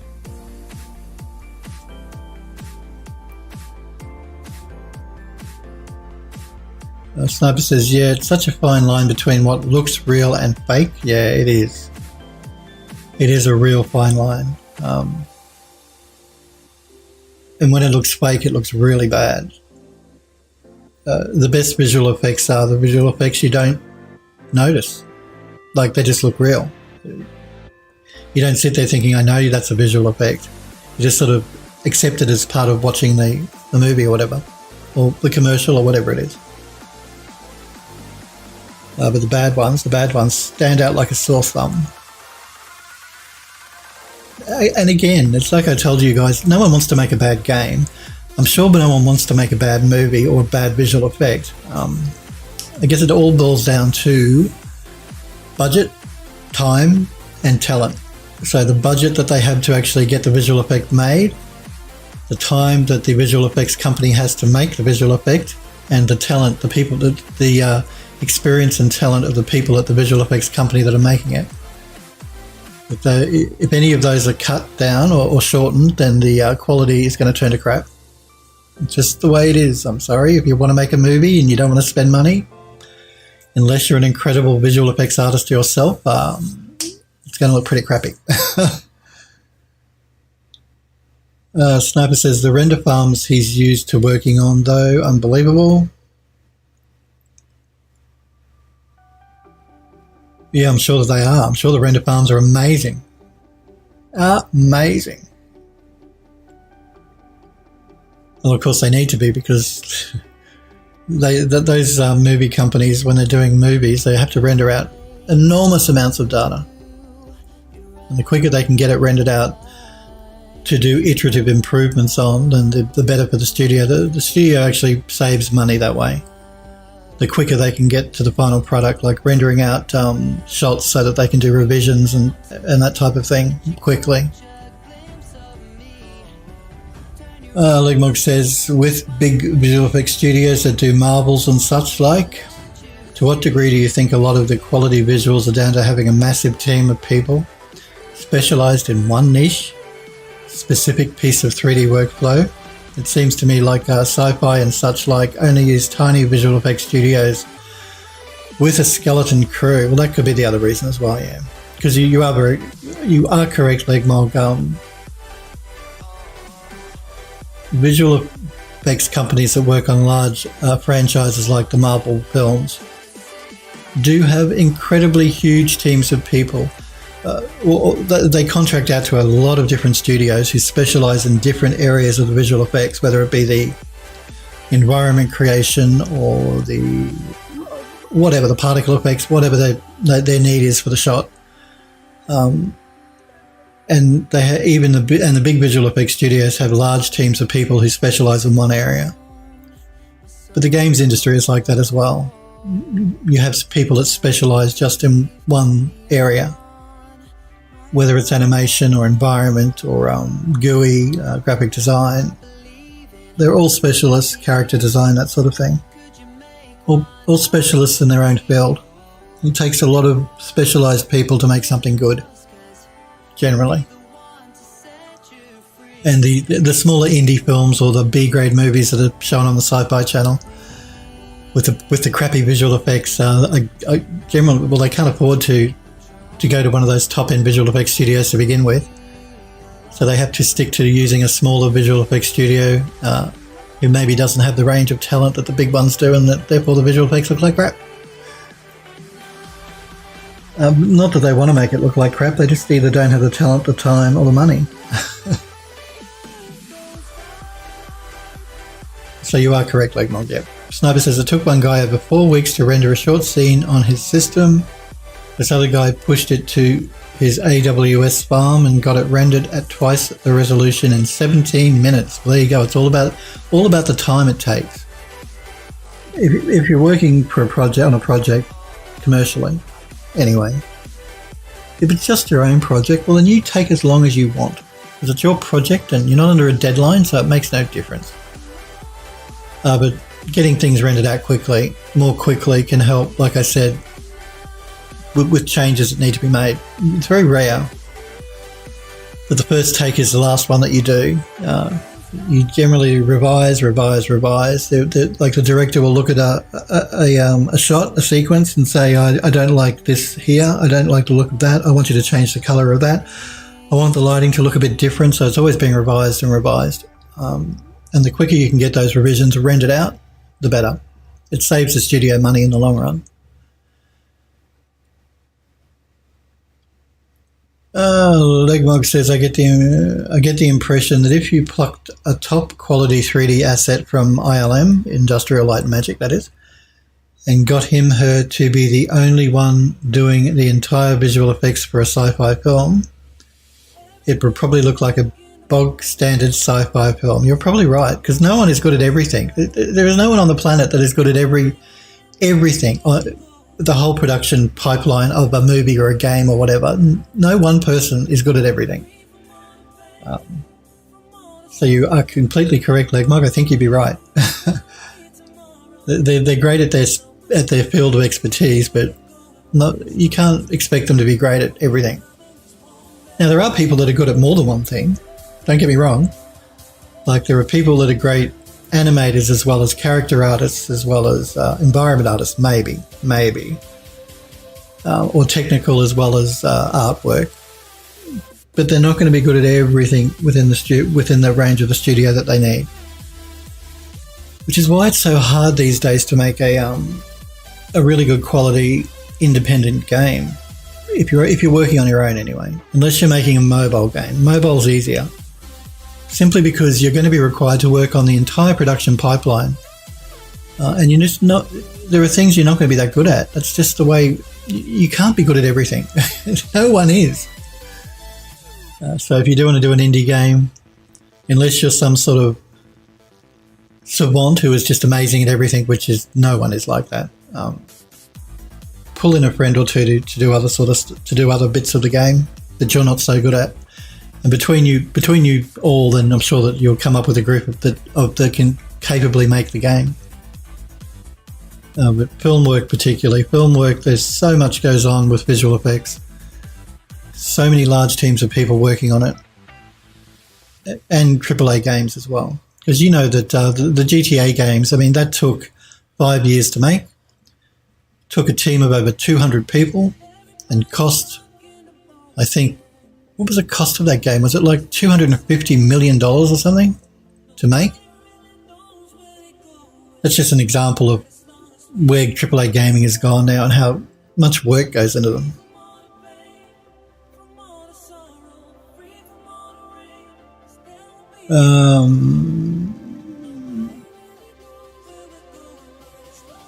Sniper says he showed me some of his early sci-fi film work. You wouldn't believe it. Sniper says, yeah, I believe it. And Legmug says, I guess it almost comes down to a case of to bridge the gap between crummy TV 3D to top-notch feature film 3D. It's almost predominantly down to quantity, namely quantity of artists. Yeah, pretty much.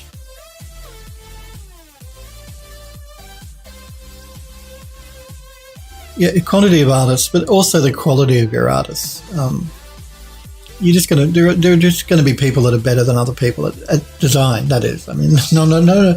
Don't take that the wrong way. No one is better than anyone else, but there are just going to be people that are more experienced and therefore more capable of doing visual effects than others. So it boils down to the quantity of people and the quality of the talent of those people. Which is why you find that a lot of movie studios tend to use the same visual effects companies over and over, because they've found that they have a talented group of people that they like the quality of the work they produce, so they go back to them time and time again. Disney are a good example of that. Disney make really good animated movies, and that boils down to not only the quantity of the people working for them, but the quality of the talent that they have working for them. And that's why you should always be doing and practicing, because you'll get better and better and better the more you do.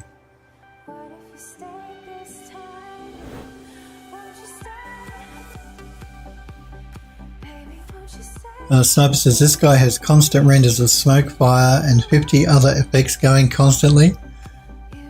You'd have to have a massive library on hand. And Sniper says, if there's a specific effect needed, he renders a stupid amount of variations. That sounds like a clever way to go.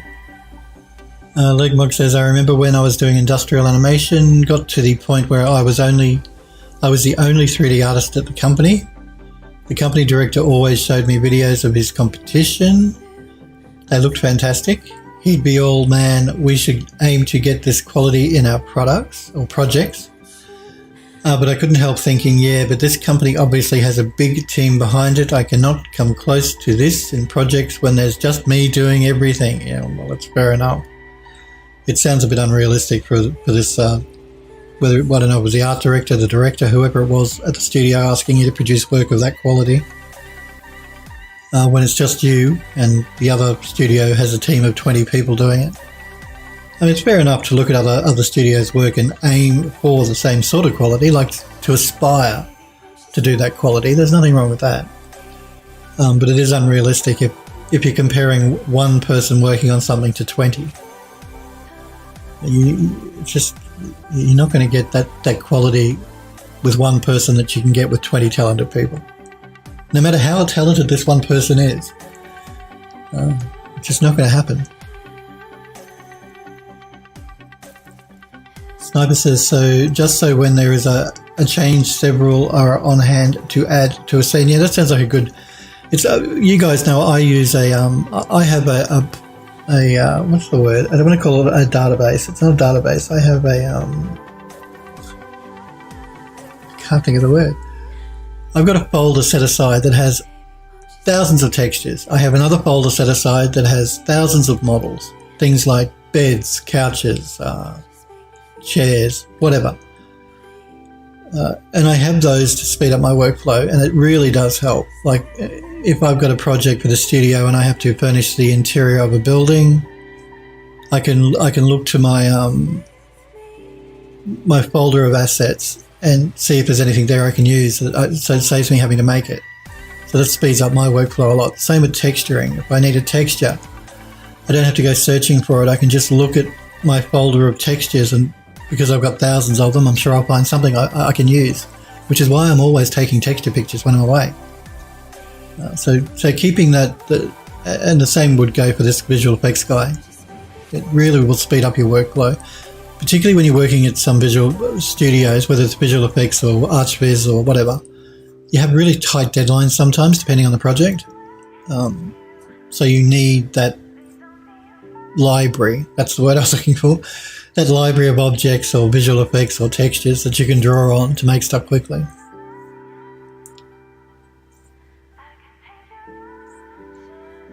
Yeah, and the Sniper Echo says, if there's only one person doing everything, then time is a major factor in competing. Yeah. Because if you've got a studio of 20 people and a studio of 2 people, and a client says, I need this 30-second commercial video piece done, the studio of 2 people will say, well, it's going to take us, 4 weeks. The studio of 20 people are going to say, well, it's going to take us 2 weeks, maybe 1 week. But it's probably going to cost a lot more.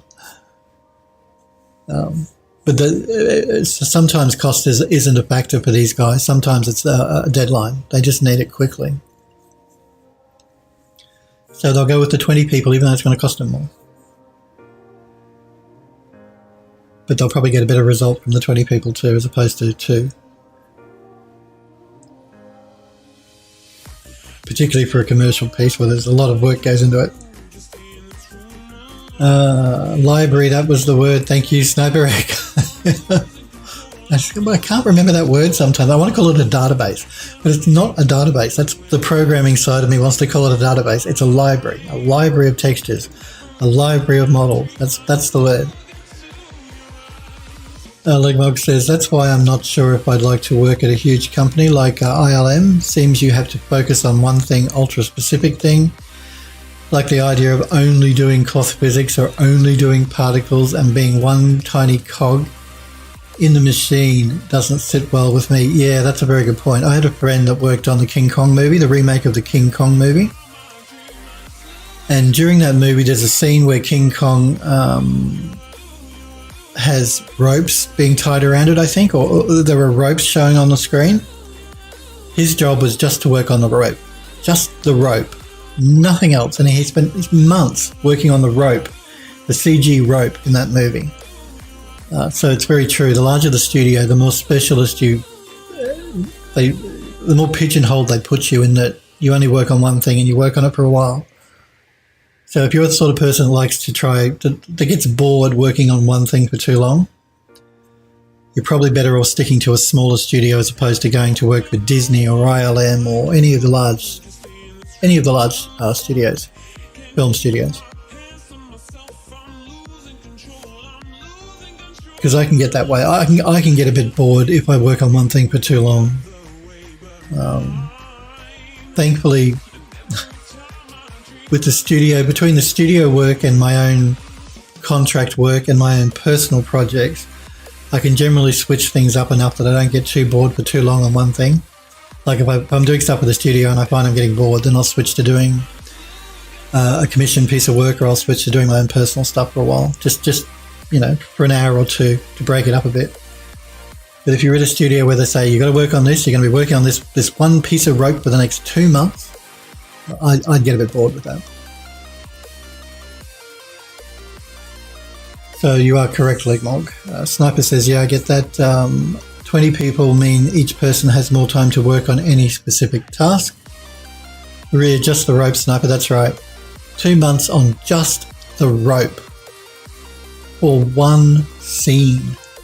And we're talking a scene that maybe lasted maybe 20 seconds. Months and months working just on the rope. Now, of course, it really depends on your position as well. Like the higher up you get in a movie studio, then the more roles you have to oversee, and they can make work more interesting. But as a new designer, you can't expect to jump into a big company like Disney or ILM and expect to be the creative director. It's not going to happen. But the higher up you get in the position, and the more oversight you have to look at, so the more varied the work can be.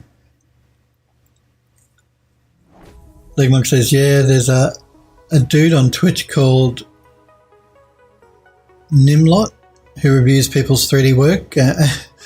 I loathe this guy. He always trashes people's work and kind of bases his reviews on the golden high-end Hollywood production CG standard. Well, he sounds incredibly annoying. I don't know who he is. Maybe that's his niche on Twitch, doing this sort of review work. You know what? My rule of thumb is people that do reviews, whether it's movie reviews, art reviews, any sort of review, I want to see their work. Like if they're critiquing 3D work, show me your 3D work. Show me how good you are. What makes you capable of critiquing other people's work? If you can show me that you're outstanding as a 3D artist, you're going to get more credence from me for critiquing other people. If you can't show me that you know what you're talking about, well then your critique is worth nothing. And I never like negativity anyway. I don't think it's helpful to critique people in a negative way. You should be critiquing people in a helpful way. So, like I said, unless his niche on Twitch is just to be, I don't know, a nasty critiquer, I don't think critiquing work in a negative way is ever helpful or beneficial to either the person you're critiquing or to yourself. Legmog says, and no, I never submitted my own work to him and thus salty.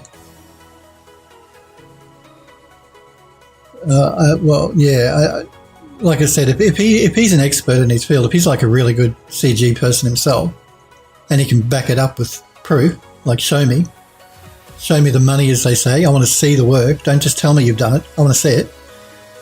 If you can prove you're good, well then fine, I'll take more credence. But even then, being negative when you critique people's work is never the way to go. I would never employ someone on my team that was negative. That even if they were the best person, 3D person or CG person around, if they were negative and always putting people's work down, then I wouldn't employ them, because it's not going to be beneficial to the team in the long run. You're going to do more damage than good.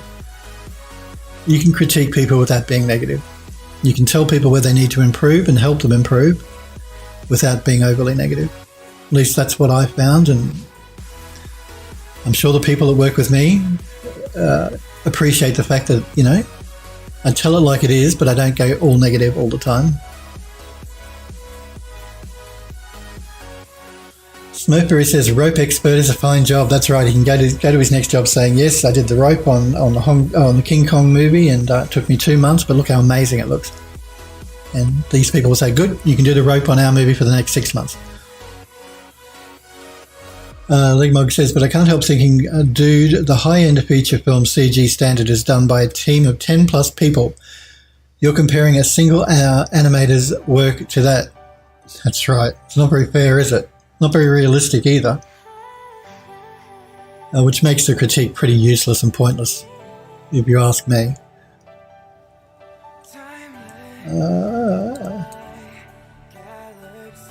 Sniper Echo says, Dream dead. Why? What do you mean? Can't you see me? Oh, Sniper's been banned, slapped hard because the screen is black. Refresh your browser, Sniper, if you can still hear me. Hopefully the stream isn't dead. I'm still streaming out. Nothing's wrong. OBS looks good. Sniper says, you haven't been banned, Sniper. You'll be right back, no problem. Yeah, it's saying a stream ended for me. That's weird.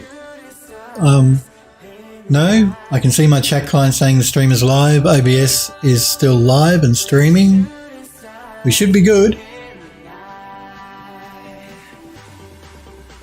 And then Legmog says it's good, so cool.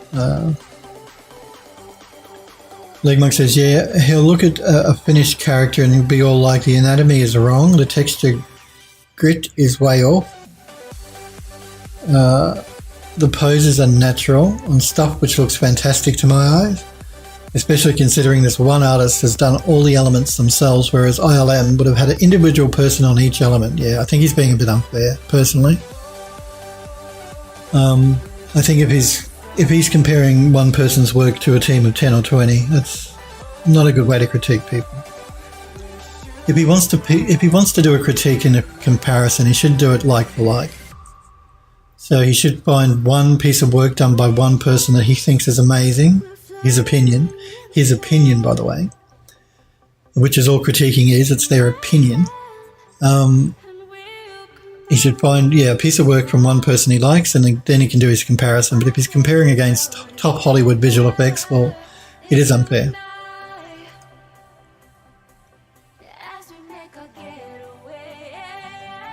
I'm not sure you're still with us, Sniper Echo. What was the new message? Oh, Sniper has just popped a screenshot in here showing me. And the broadcast hasn't ended. Let me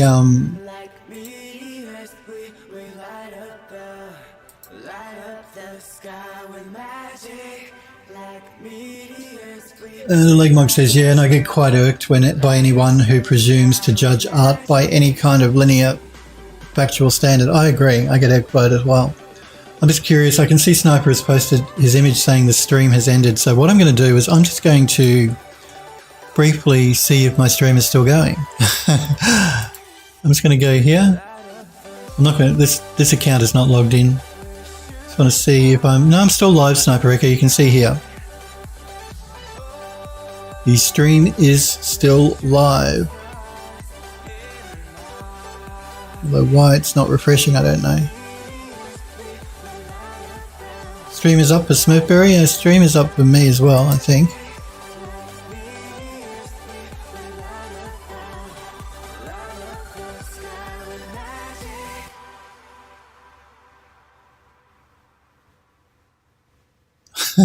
They're saying that, but it's a black screen for me. I don't know what's going on there.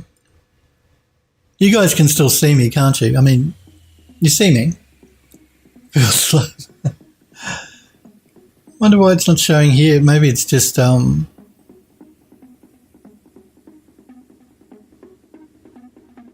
I don't know why I'm not showing up here on my own screen. But you guys can see me, can't you? Oh, it's crashed out. I know why, because Unreal has just crashed out. Like, Unreal has obviously used up all of the video card memory. You can see me? Cool, yeah. I think the reason I couldn't see it is because Unreal, which has just crashed, which is very rare, by the way. This is only the second time that Unreal has crashed on me.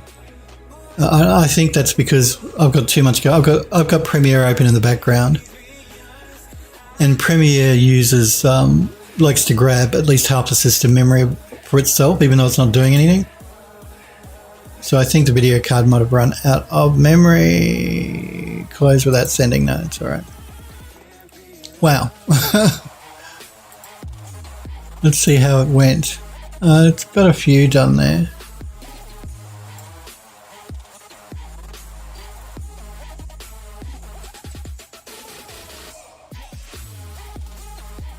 Let's just, it's crashed out only about a third of the way into the cinematic camera.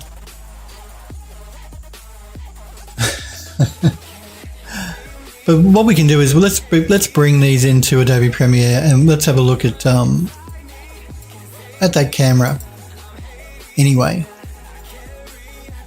considering Premiere is already open, I'm just going to import those images.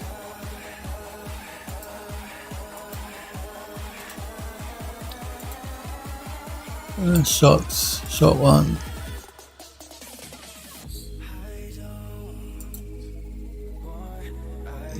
Didn't just let me do that again. It didn't say about the EDL list, so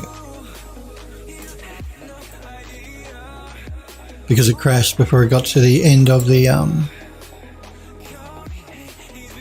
sequence.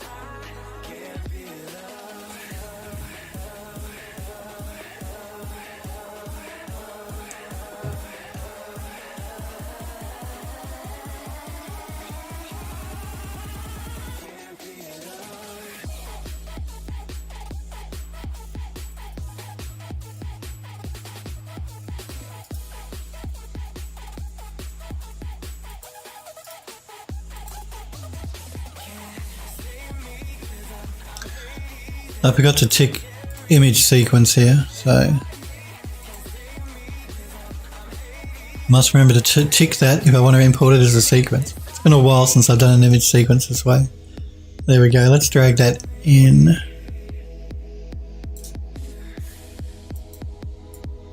The first frame is always a bit weird.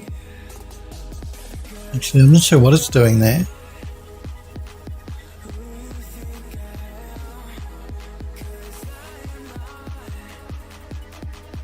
We may have to look at that. I don't know why it's rendering out like that. It's sort of rendering out one good frame and then one bad frame.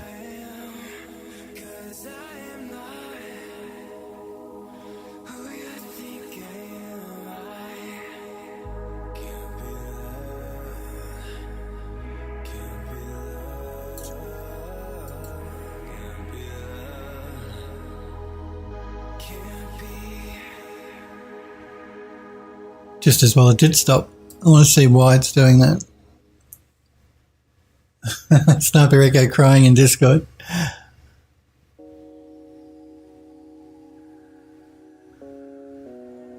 That's strange.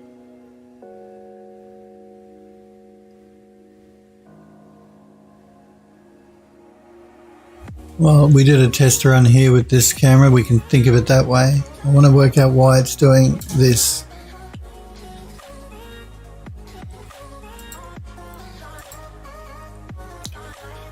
Let me look at my frames here.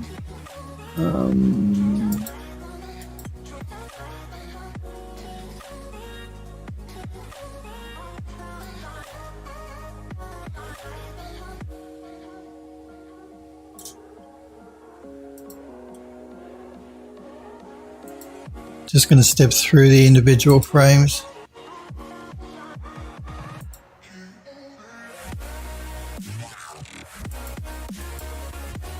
See, what is strange here is this blurred one, you just look up here in the corner, there's this little square that's fine. I'm not sure what is going on there.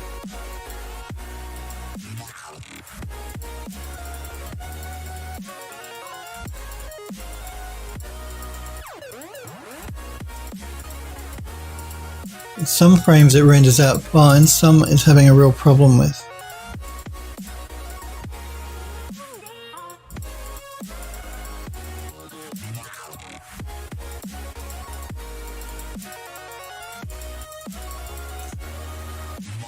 I'm going to have to check that, make sure that the camera is not changing in any way. I don't think it is. But again, it could be that because I had Premiere open in the background, and Premiere does like to use it, as soon as it opens up, it grabs half of the system memory and video card memory. It could be just competing with UE4 for memory, which is why I think I couldn't watch my own stream because I was running out of memory on the video card probably. The system RAM, I should have plenty. So I have a feeling that's what's happened. I had Premiere open in the background and I think it's sucking up too much memory. I'm just going to close this. We don't need to save this project. Just catching up a chat here. Walk forward 2 steps. Legmark says, well, so Phil, you're saving out the final renders? I was, but until it crashed. I was saving out the final images for the final renders, yeah. Just for that camera though. We've only made 4 cameras so far. And the plan was we'd do a few cameras and I'd render those shots out and we could then create a short shot movie for each camera as we go. That was the plan. Best laid plans, as they say though. But UE4 crashed out.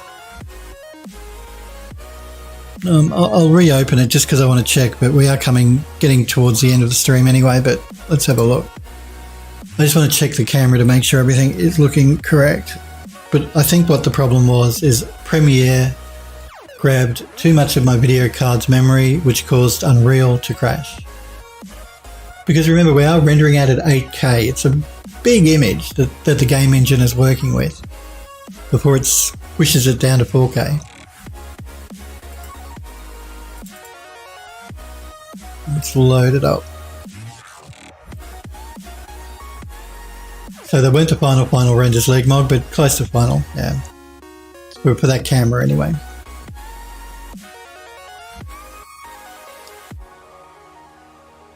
Sniper says, say it ain't so, Phil. Legmog says, it renders out 1 good frame and 1 bad frame. Yeah, damn, that's such a typical of a computer issue, isn't it?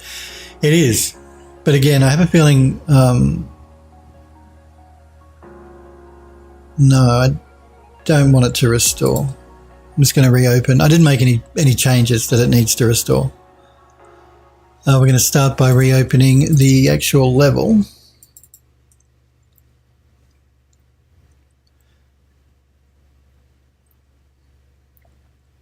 I'm sure if it was an issue with anything, it would have been memory. Memory. These graphics programmers just want more and more and more, particularly when we're working at such high res.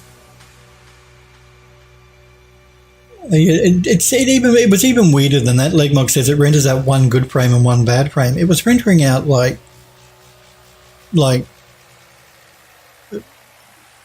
1 second of maybe 10 good frames, 1 bad frame, 2 good frames, 3 bad frames. It was strange. It was just all over the place.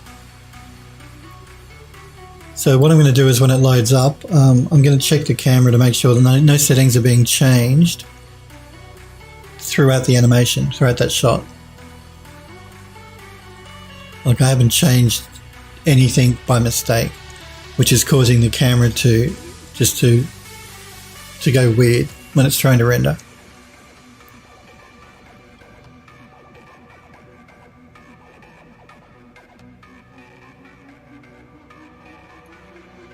So Sniper says, I don't know, I've tried 3 devices. I don't know either, Sniper Echo. I am live. I'm still going out. I don't know why it's not showing up for you.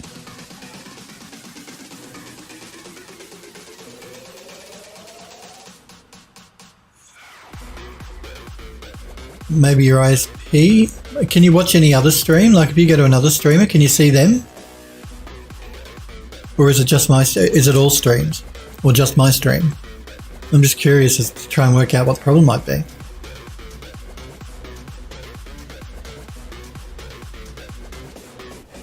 Particularly if it's showing I'm not streaming, that's a bit of a worry. I mean, there'll be people that won't be able to watch me if they don't think I'm streaming.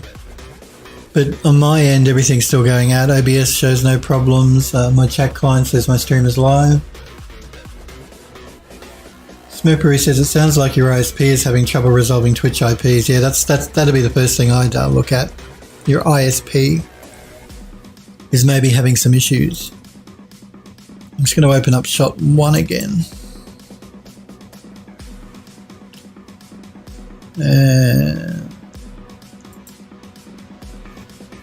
I'm going to go to the cinematic mode there.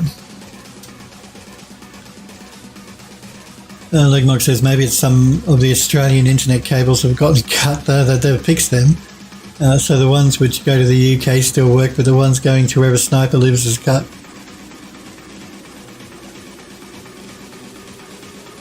Sniper says, I don't know. I can watch any other stream.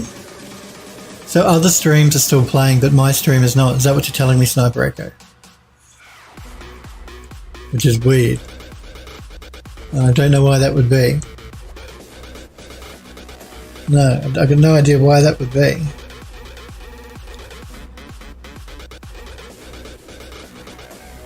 Because it's showing up okay for the other guys. Again, just give me 2 seconds. I'm going to...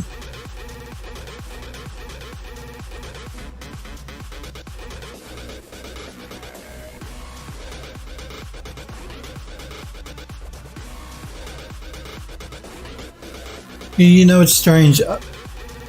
It's not showing up for me on my browser. I've just opened up Chrome. And I've opened up my stream.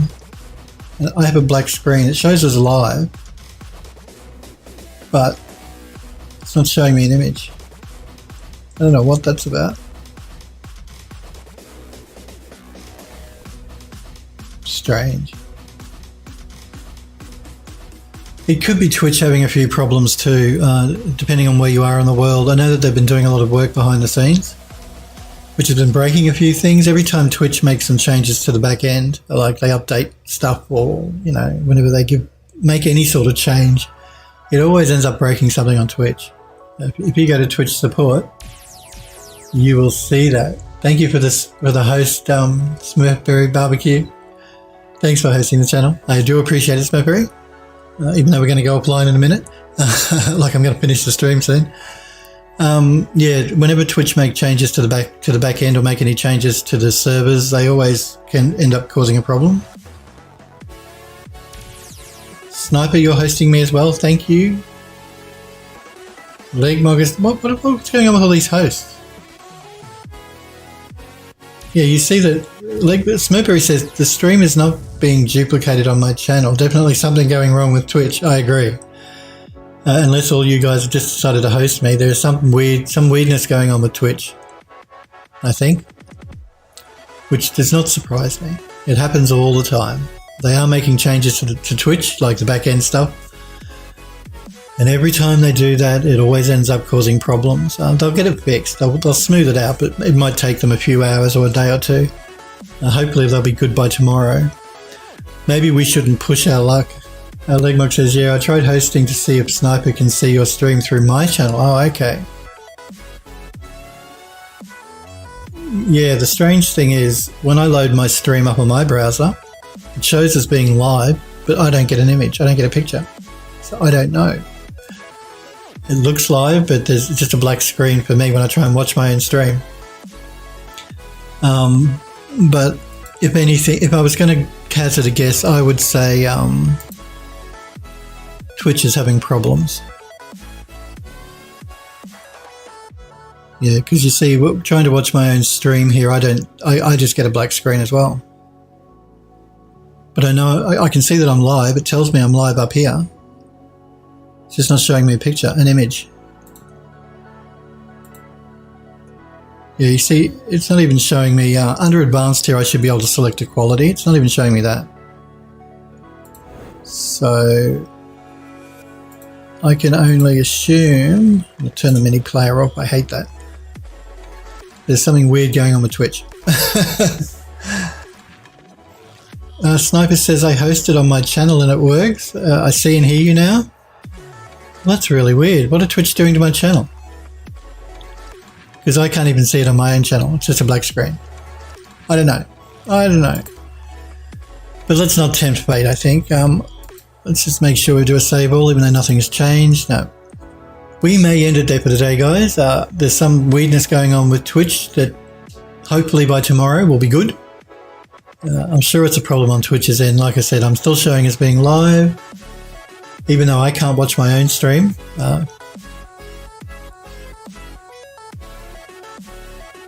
nice catching up with you too, Leg Mold. I can see it on your channel. I don't know what's going on. I can't see it on mine either. Even though everything looks fine. Assuming Twitch haven't banned me or anything. No, if they'd banned me, you wouldn't be watching. I couldn't stream. I do want to thank you guys and girls very much for hanging out with me and for watching. I will be back on again tomorrow, and hopefully everything will be back to normal and Twitch won't be flaking out. Remember, my schedule never changes. It's every Monday, Tuesday, 5 p.m. Pacific time in the United States, and I will be back on again tomorrow, 5 p.m. Pacific in the US. We'll see if we can't work out what's going on with our cameras here, or maybe we'll set some more cameras up tomorrow, like keep going down the garden path. We'll see how we go. But I do want to thank you for hanging out and watching. I'm sorry you guys were having problems watching the stream. Hopefully I'll see you guys and girls tomorrow. You guys take care, and yeah, hopefully I'll see you tomorrow. See you guys.